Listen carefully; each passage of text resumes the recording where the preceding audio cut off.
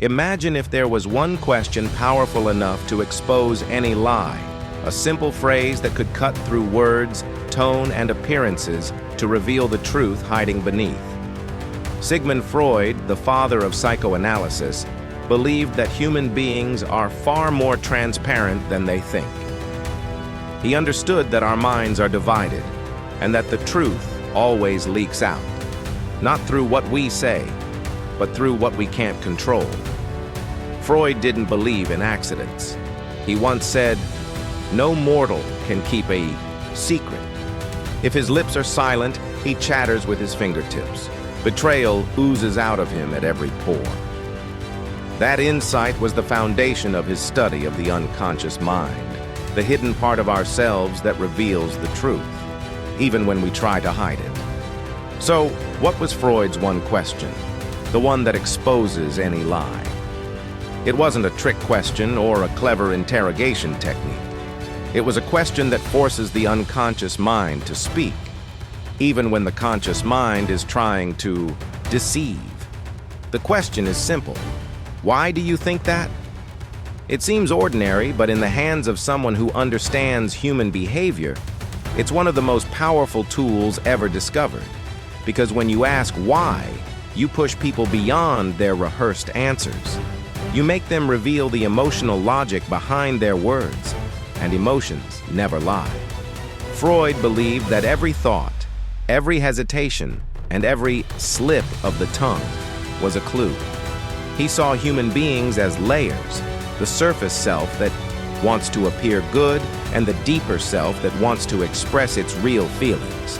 When someone lies, those two selves collide. The conscious self tells the story. The unconscious self resists. You can hear it in tone, see it in facial tension, or sense it in hesitation. The truth tries to escape, even as the lie struggles to contain it. Freud's genius was that he didn't try to catch people lying. He made them reveal themselves. He would ask gentle, open-ended questions, questions that forced the mind to wander away from control. That's why do you think that works so effectively? It bypasses the surface and makes the liar improvise. And the moment someone improvises, the unconscious begins to speak. Let's imagine a simple example. A person says, "I don't care about money." If you ask, "Why do you think that?" they might hesitate. Because deep down, they do care. Their tone changes. Their answer becomes complicated. They start to justify instead of explain. That's the moment. The truth begins to leak out. Freud believed that human beings are constantly fighting between two desires: the desire to appear good and the desire to express what's real. Most people lie not to deceive others, but to protect their image of themselves. They lie to maintain emotional balance, to defend pride, or to avoid shame. In Freud's view, lying wasn't a moral failure. It was a symptom of fear. And the greatest fear of all is to be seen as we really are. Freud's work revealed that every lie, no matter how small, leaves fingerprints on the psyche. You can see it in the way someone shifts in their seat, avoids eye contact, or over-explains.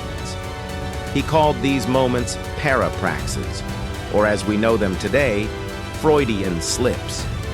When the unconscious mind speaks through accident, you glimpse the truth. For Freud, those accidents were never random. They were confessions from the hidden mind. He once said, "The mind is like an iceberg. It floats with 1/7 of its bulk above water." That means most of what drives human behavior, our motives, fears, and desires, exists beneath the surface, invisible but powerful. When people lie, they're trying to control the tip of the iceberg. But the rest, hidden below, keeps pushing upward, trying to reveal itself. That's why lies are so fragile. They require constant energy to maintain, while the truth exists effortlessly. Freud's method was to listen not just to words, but to pauses, tone, and contradictions. He understood that lies always create tension, and tension always looks for release. If you pay close attention, that release reveals itself.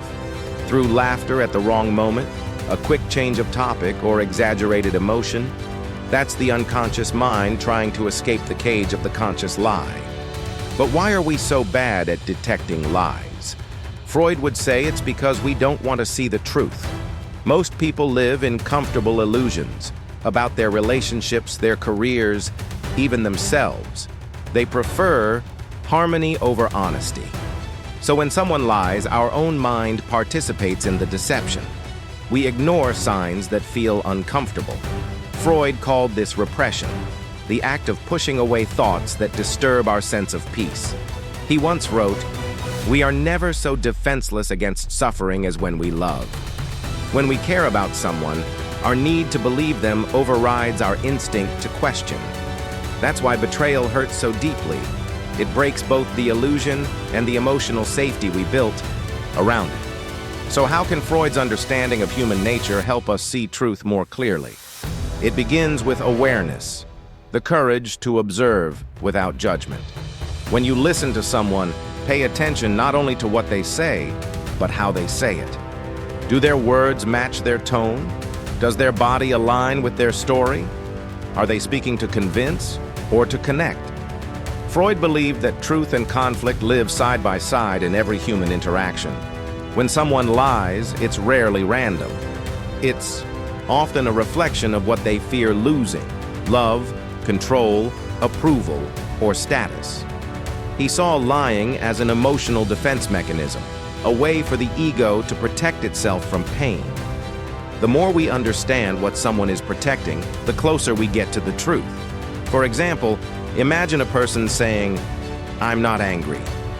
If you look closely, their voice tightens, their eyes harden, their breathing changes. The body betrays the emotion even when the words deny it. If you ask gently, "Why do you think you're not angry?" you force the mind to confront its own contradiction. The unconscious begins to push through, and soon, the real emotion surfaces. Freud's lessons remind us that the human mind is always speaking, even when silent. That's why great communicators, therapists, and negotiators listen more than they talk. They understand that silence is often louder than speech. When someone pauses before answering, that's not just hesitation. It's a moment of internal conflict where the unconscious is deciding how much truth to reveal. Freud also believed that people project their inner world onto others. That means we often accuse others of what we secretly feel ourselves. The liar assumes others are lying. The manipulator fears manipulation. The jealous person suspects betrayal everywhere. Freud saw projection as one of the clearest signs of the unconscious at work. When you hear someone make strong emotional accusations, ask yourself, are they describing you or themselves?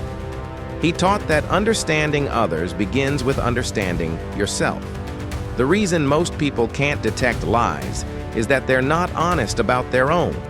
We lie to ourselves more than to anyone else. I'm fine. I'm not afraid. I don't care. These small self-deceptions create blind spots. Freud believed that self-awareness was the only cure. Once you stop lying to yourself, you begin to sense dishonesty in others instantly. That's the deeper meaning behind the question, why do you think that? It's not just a question for others, it's a question for yourself. When you ask it inwardly, it reveals the hidden motives behind your own beliefs and emotions. Why do you think you're not jealous? Why do you think you're not afraid? The more honestly you answer, the closer you get to psychological freedom. Freud's exploration of human nature also revealed that truth is rarely pure. People can believe their own lies, what he called rationalization. The mind creates stories to protect the ego from guilt or shame. For instance, someone who fails might say, "I didn't really want it anyway." That's not truth. It's self-defense. But the unconscious knows the difference. You can feel it in your gut, even when your words deny it. That's why Freud's teachings remain powerful today, especially in an age of misinformation and image control. We live in a time where everyone presents a version of themselves, online, at work, even in friendships. But behind every image is a reality, and the cracks always show. The more you understand human behavior, the easier it becomes to see those cracks, not to judge, but to understand. Freud believed that compassion and insight go hand in hand. He said that when you truly understand someone's motives, it becomes impossible to hate them, because you see that even lies come from pain, fear, or longing. Understanding doesn't excuse deception, but it explains it. It gives you the power to respond wisely instead of react emotionally. The secret, Freud would say, is not to hunt for lies. It's to observe without expectation. Lies reveal themselves when the listener is calm. The truth hides from those who chase it aggressively. When you stay silent, people fill the silence, and in that space, they often reveal more than they intended.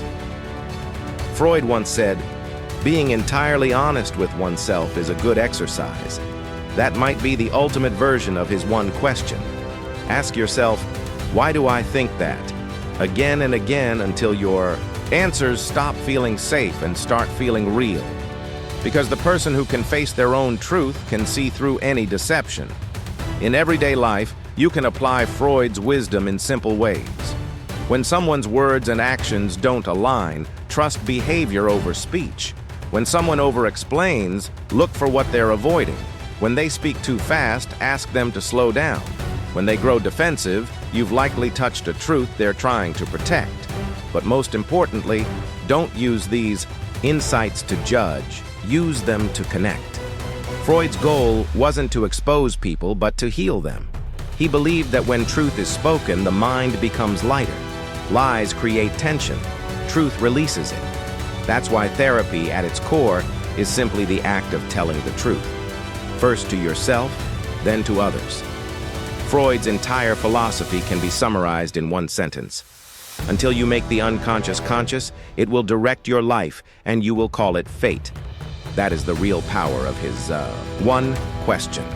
It reveals the hidden forces shaping your choices, your fears, your insecurities, your secret desires. And once you see them, they lose control over you.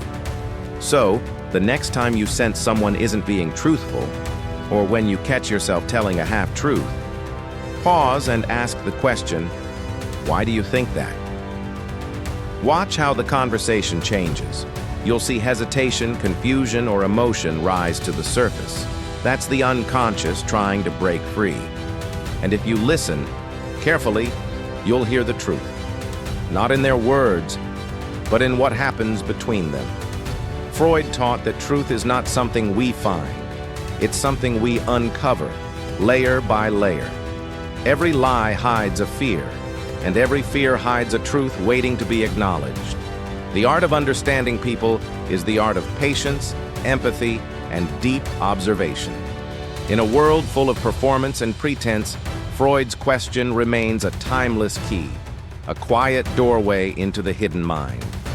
The one who learns to use it doesn't just expose lies, they awaken awareness in others and in themselves.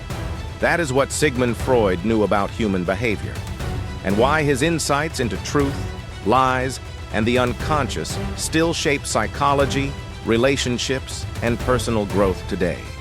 The mind never stops speaking. You just have to learn how to listen.